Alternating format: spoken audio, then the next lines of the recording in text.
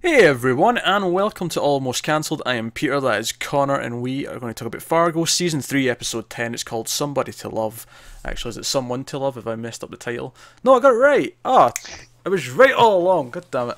Anyway, but yeah, full spoilers for the episode. Of course, it is the season finale, Yes. and so we're wrapping up Season 3, and I'll be honest, I'm a bit lukewarm on this finale. Really? Yeah, didn't love it. I loved it up until the last 10 minutes or so, which I felt were unnecessary. There's a lot about this episode that I don't think... None of it's terrible. Like, there's nothing about it that's like outright... Hmm. Like, there's nothing that made me angry in and of itself. But it was just all these things added up to, like, I'm kind of unfulfilled. Yeah, okay. And I feel like the season, since episode 5, has been very exciting. And then I feel like this episode squandered a lot of it. Okay. See, I don't agree with that, other than the final little... Yeah, after the time jump. After the time jump, yeah. I like the first scene of the time jump, but then after that, I'm like, I didn't really want this. I feel like I'm not really satisfied with how any character ended. See, I am with most of them. I don't think There's just a couple that I'm not. Nikki's ending feels really weird compared to what I felt like they were setting up or what they were doing with her. Emmett, I don't even like, is murky. This is my favorite ending. Really? You like Emmett's ending? Oh, I think it's fantastic. Go on then, justify it to me. Why is it fantastic? So the idea, that he gets killed by Mr. Wrench, it's just like that he's come back and his bond with Nikki. It's like, no, she wanted this. She gave me all the money. It's like, I'm going to do this for her. I like it from Mr. Wrench's perspective, but for Emmett's And I story, think, oh, yeah, I think it's kind of eventually he lost. That was it, and he kind of escaped it at the moment with Nikki's death. It's like, well, that's when he should have died. He'd accepted it at that moment, but then this is it. It just came a little bit later than he expected. I don't know. It feels really murky to me. This 5 year jump, and then he was fine for 5 years, and then it comes from. I think 5 years might have been a bit long.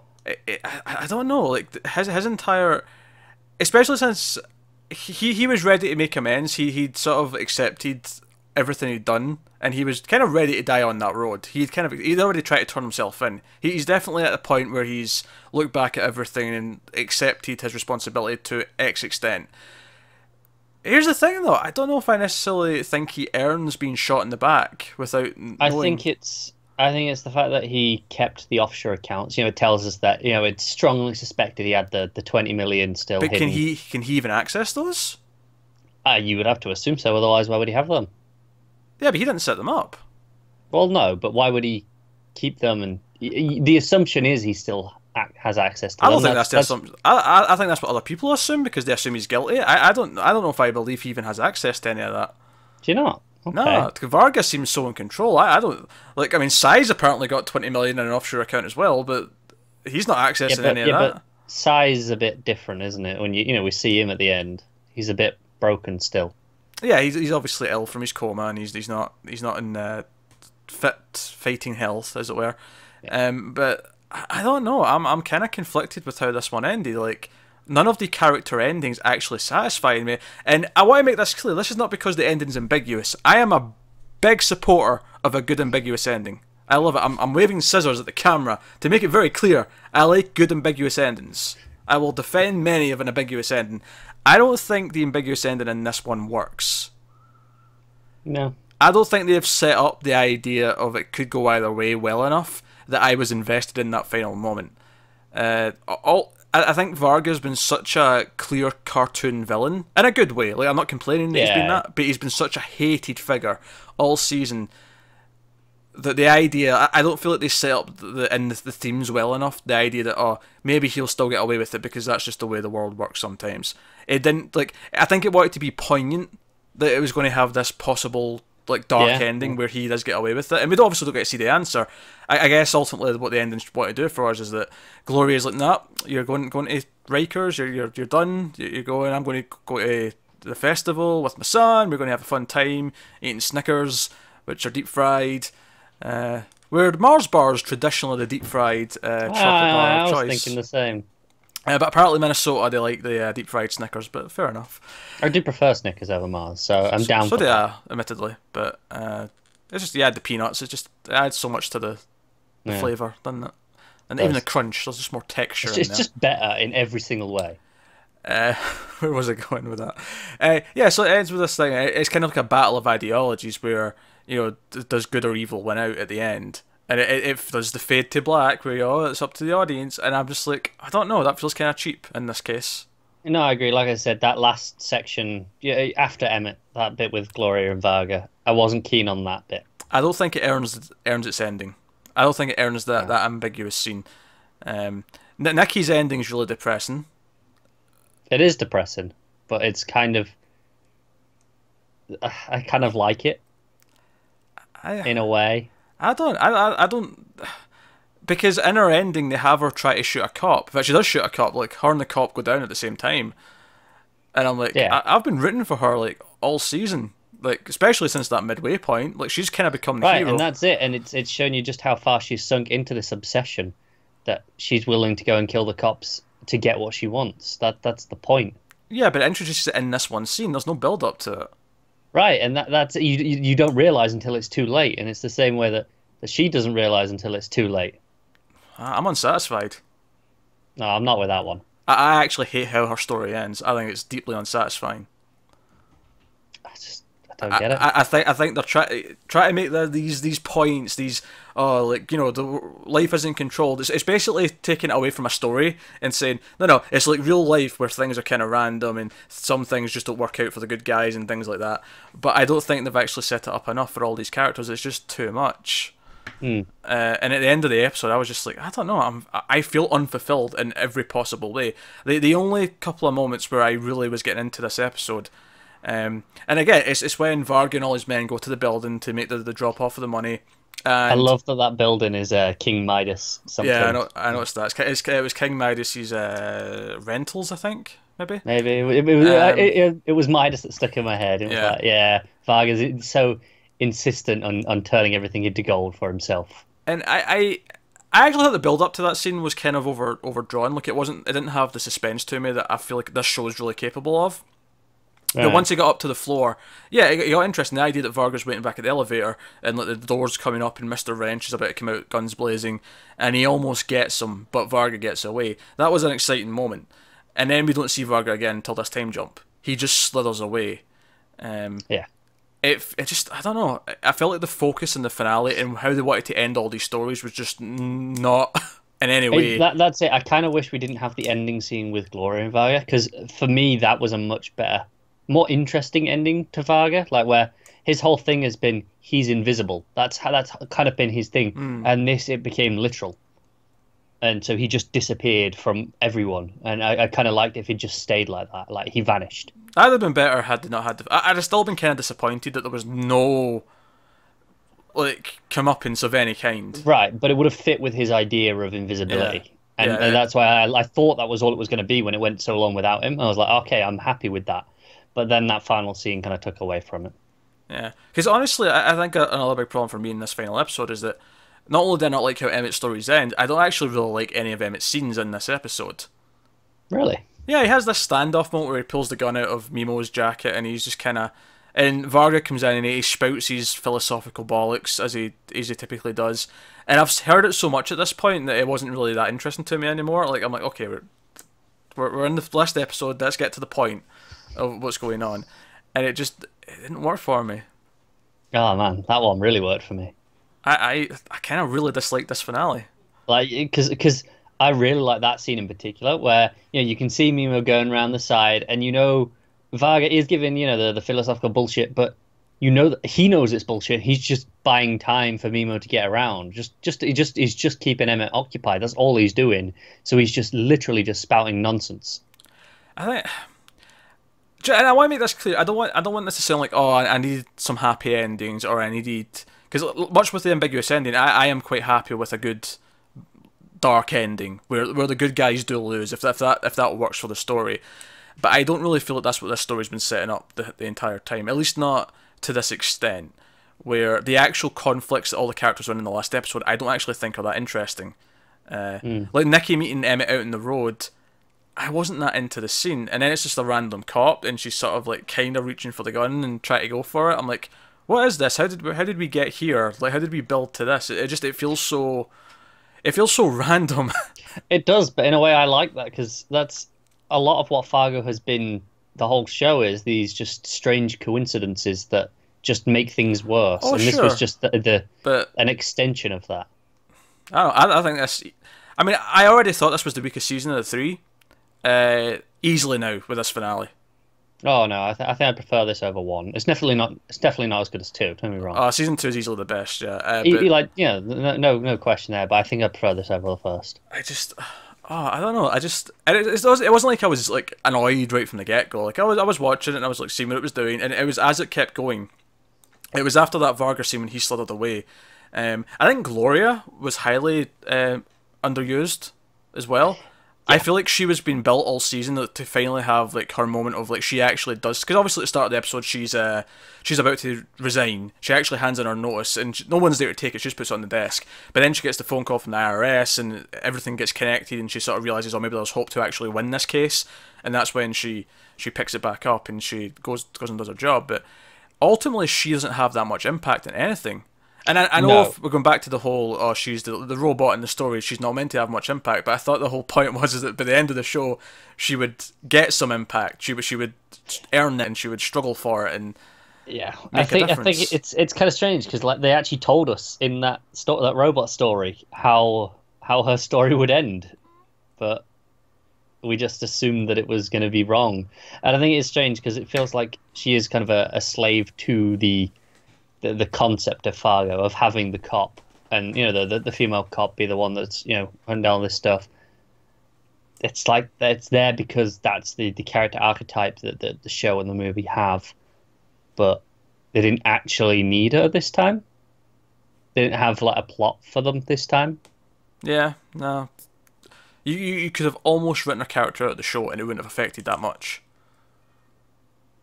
Yeah. Like, because her investigation stuff, there's only certain moments where it plays in, and that could have just been done by a general police investigation. Like, it wouldn't have needed to really see that much of inside the detective's mind. Yeah, and obviously they'll try to do thematic things where she's got her son and she sees him again. She actually pulls over the school bus in the episode to sit with him. And I get that. I get that. I kind of get what it was trying to do this season, but I think a lot of it fell short for me in terms of actually succeeding. And it got really exciting for a few episodes, like episode 5 through episode like 8, 9, like that last chunk of episodes. Especially the highlight episode of the season was easily Nikki and Renge on the run after the prison bus. That was like phenomenal, top tier Fargo stuff. And I don't think this finale lives up to any of the best moments of this season at all. Fair. I think it's probably my least favorite episode of the season. Wow, I can't fathom that. Like I said, last 10 minutes, very disappointed. I think unnecessary. Like I honestly think the bit where Wrench shoots Emmett. I think that should have been the final scene.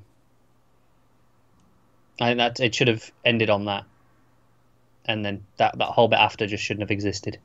Yeah, but I think though if that didn't exist though, then I'd be like, well, because at least with it existing, you have that one little moment of Gloria smiling at him saying, "Nope, you're done." And even if you think, is he really though? At least she's so sure of it. She has that moment. She's sitting across from him, and he's pretending he's someone else, and she does not let him away with it. And that's a little bit cathartic. And I think the problem is I was waiting for catharsis all season. Varga's been able to do whatever he's wanted, and there's been no. Like, I think the closest we got, of course, was Nikki last episode, sitting across the table, and him just not getting his way.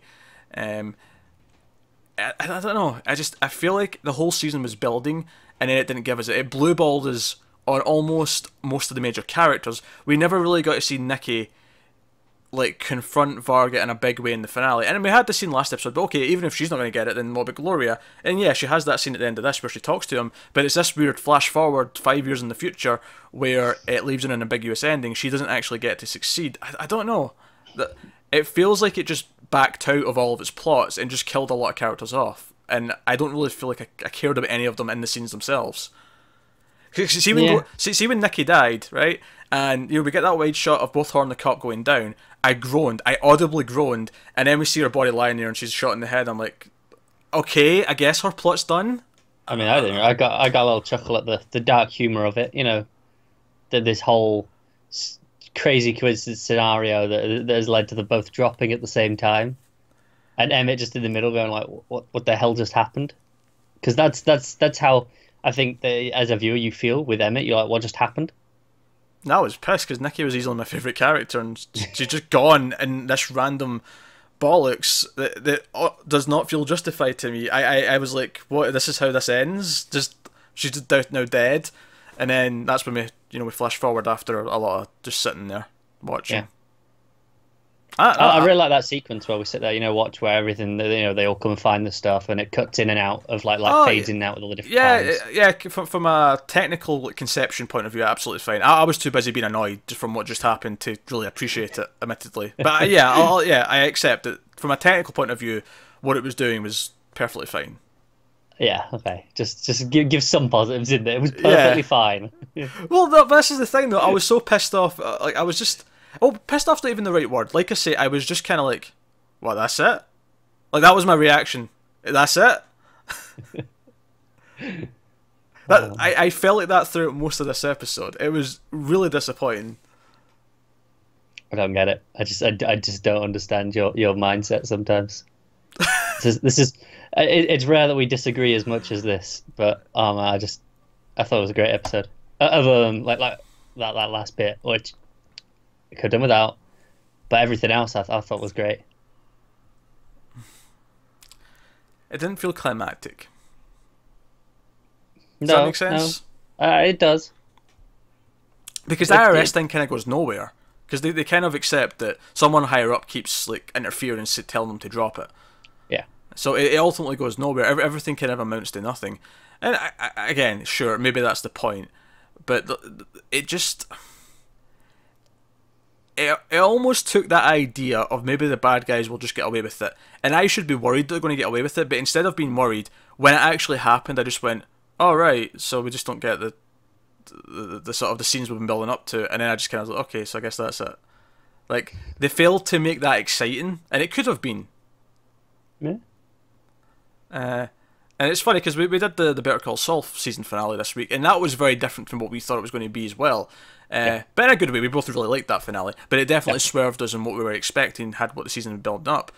But in an interesting way for the characters, especially since that's a show where the characters are going to have another season, they're going to grow and there's more to do with them. Whereas here, because it is the end of these characters, for the most part, we might see one or two pop up if we get a season 4. We've had a couple of cameos from previous seasons and that kind of thing. I mean, even Wrench. Yeah, Wrench obviously being the prime example this year. Yeah. But, I don't know, I gotta admit, I'm just... Yeah, like I say, I don't hate it. As much as I said I was angry, I'm probably overselling that a little bit. Really, my response to this finale is, that's it. That is disappointment, then, I guess. Disappointment, yeah. That is my official stance on this finale, is that was it. Shrug. I mean, I can't argue with that was it, because, yeah. Don't know. Just it was working for me. Like that whole sequence in the building, I thought was fantastic. I thought the end of it was. I thought the actual build up when they're all in the cars and they were just going up to it and stuff. That felt overly drawn out to me, and it wasn't quite working. And drawn out. Apologies, forgive my terrible English. But I don't know. That was maybe like a warning sign to me that they weren't quite firing on all cylinders this episode. Right. I don't know what it is. I wonder if... Because obviously there's a lot of elements that it shares with other seasons in terms of just plot and themes. Yeah. Just in the sense that I wonder if like Fargo kind of has a formula now, but they wanted to have things end differently. And as a result, they've ended up with this weird mishmash of things that doesn't feel that satisfying. It is possible, because obviously the last two seasons both ended in a very similar fashion. Yeah. And they probably wanted this one to feel a little bit different, but I don't know if they gave it a satisfying... And again, I want to really reiterate this. When I say satisfying, I don't mean wrapped up or in a bow or everyone gets a happy ending. I don't mean that at all. I just want an ending that feels fitting for what we've had building up to it. Whether that be good ending, bad ending, ambiguous ending, that's all fine. But it didn't feel earned to me. I just kind of went, okay, I guess it's over now. Like, usually when a show at the end, especially at the end of a finale, in this case, because it's an anthology, it's almost at the end of a series, because Yeah, it is just it's the end of the story. Yeah, and that final cut to black should feel like hell yeah, or maybe really sad and downbeat as it cuts to a piano music or something as it cuts to black, and the titles came in. But the title came in, it's created by Noah Hawley, I think it's the first one, or whatever, executive producer, whatever the first credit is, and I went, all right, I guess that's it then, it's over, and I was like, okay, time to watch Leftovers then, and because Carrie Coon's in that, I was like, oh, good Carrie Coon, that's nice. Yeah, we should point out, not her fault. No, not her fault at all. She's great. I think her character was ultimately a bit of a weird kind of side tangent experiment that ultimately didn't. Like I said, it feels like it was because that was the Fargo formula, but they didn't actually know what to do with it. They had to have a cop. And all season, I've not been complaining about her, and I had no reason to complain really because I was expecting. Because you assumed it was going to come into play, but it never really did it? No, it didn't. The only real thing that comes into play is the ideological difference between them for that final scene, which is fine, but her whole technology thing never came into play either. We were like, oh, maybe that'll inadvertently help her. I'll tell you what I did love about her technology thing. Like, obviously, she overcame it last episode. I think it was the last episode. Yeah. I was thinking it was that one or the one before. But then in this, there was that great moment where, I think it was a great moment where she goes to answer the phone and she messes it up. Like, she doesn't actually answer it. It still rings after she thought she'd answered it. And it was like, okay, she's better, but it's not quite perfect. She's almost overconfident because she thinks she's answered it and she's not. Yeah. She goes to start talking and then it rings again. Yeah. I did like that. Yeah. It's just that it didn't feel like it amounted to much. And I think... Well, that's it. It turns out the whole technology thing was to build to last episode's self-realization of, the acceptance. Yeah, but then in the actual main plot of the show, though, she just shows up after everyone's dead and stands there and stares at her. Yes, pretty much. And that's all she does until the flash forward. Yeah. At which point she presumably had nothing to do with capturing the guy either. No? Like, she just interrogates him when he's there. Yeah. Forgive the annoying mutt who were dog sitting. Ugh. The owners are coming back today though, so I'm excited about that. Get rid of the dog, please. Been fine with the cats. Not really. But something at least. Yeah, just the occasional bark and someone else in the house to be concerned with. We're on a tangent here. It's just effort, isn't it? Yeah. Back to a bit of Fargo. So I gotta admit, I'm disappointed with this finale, and it feels like it didn't capitalize on a lot of the things it's set up. Obviously we kind of wrapped up the Emmett Ray stuff already, like that relationship, and that had a great ending. Emmett talking about saying, "Oh, I've been killing him for 30 years. Today was just the day that he fell down." That was a great ending to that kind of thing. Yeah. But in this episode, most of Emmett's scenes didn't work for me. Nikki's ending didn't work for me. Emmett goes to his company and Goldfarb's got it, and it turns out she was working for Varga, and it's like, okay, it's fine, but it's just reiterating that Varga's in control and he screwed him over. Like, he should never have trusted him. Yeah, it was kind of obvious, wasn't it? Yeah, so I don't know. I will agree. This is definitely my least favorite of the 3 season finals. Oh, absolutely. I think I prefer overall. I still prefer this season over 1. But as an episode versus season 1's final episode. As I said, don't get me wrong, I'm not saying the whole season was bad. The season had some great high points. Like I say, episode 5 through 9, really, really excellent stuff. And the stuff before that wasn't bad either. It was just kind of like, it wasn't really finding its feet yet. But no, this finale kind of puts a damper on it for me. I wasn't really satisfied. So it's a real shame. Yeah, it kind of sucks. Shame. And I'll say this, out of Noah Hawley's shows this year, I'll take Legion season 1 over this. Yeah, I probably would too, to be honest. Given where this is Legion was pretty phenomenal. And I will say this throughout. Don't do a season 4 unless you actually don't do it next year. Wait, if you're going to do it when you have an idea. Yeah, I agree with that. I feel like, I don't know how it does ratings wise, but I imagine if they're keeping it around, it probably does all right. And it's a case of they're going, hey, let's have another one, and maybe he just doesn't have an idea for it, which I think kind of what ultimately came to this. So we were saying how it feels like they were doing the Fargo formula, but didn't really know how to differentiate it enough. Yeah, so they tried a few different ways, and mostly here at the ending, I thought, and I don't think it's like I say, I can't keep repeating my overall Yeah. thought, but like, yeah, it didn't add up to me. So it's a shame. I don't doubt the creative talents of Mr. Hawley, because Legion came out this year and that was fantastic. We really liked that a lot. Yeah, he might be just out of steam on Fargo for now, Maybe. and Like I maybe they say, just need to bring in some new blood. Even yeah, maybe take a few years off. Even if you get some great idea for a new season, then by all means give it a go. yeah, Uh, I mean, at least technically, it was still it looked fantastic throughout the season. oh Acting yeah, was some of absolutely. the best of the show. Yeah, acting was good. As much as I hated the scene with Nikki dying, I hated that scene pretty much all the way through. The music was really good as the camera went over her dead body. Yeah, Good yeah. music. I love the Fargo thing. It came in a few times in this one, Yeah. but I love it when it comes in on just the cellos. Hmm. It's such a it's really powerful when it does that. Yeah. I didn't realize how negative I was going to be when I started this. I knew I was I disappointed. wasn't expecting you to be this negative. Like I said, I was expecting some negativity over some things, but not to this extent. Yeah. Yeah. Do you know what it was? Because I remember season 2 had this kind of thing, and season 1 maybe as well to an extent. It's been a while since I've watched season 1, where it felt like most of the finale stuff happened in the second last episode, and then most of the actual finale was sort of epilogue stuff, which is fine. But the weird thing here is it felt like Emmett's story had kind of finished to an extent because he had that admission about his brother. Yeah, It felt like from an emotional standpoint, his story had ended. Gloria had kind of ended her story by like the self realization and acceptance. So it had this weird thing where the story was still going, but half the characters were kind of an epilogue-ville already. yeah. It wasn't quite an epilogue, but some of them were ready for the epilogue, and Yeah, it was kind of this weird in the middle where it was just maybe that's just a pacing flaw overall. Like when you look at a season as a whole, maybe. some things move too quick compared to the others, and they didn't pace it properly. Yeah.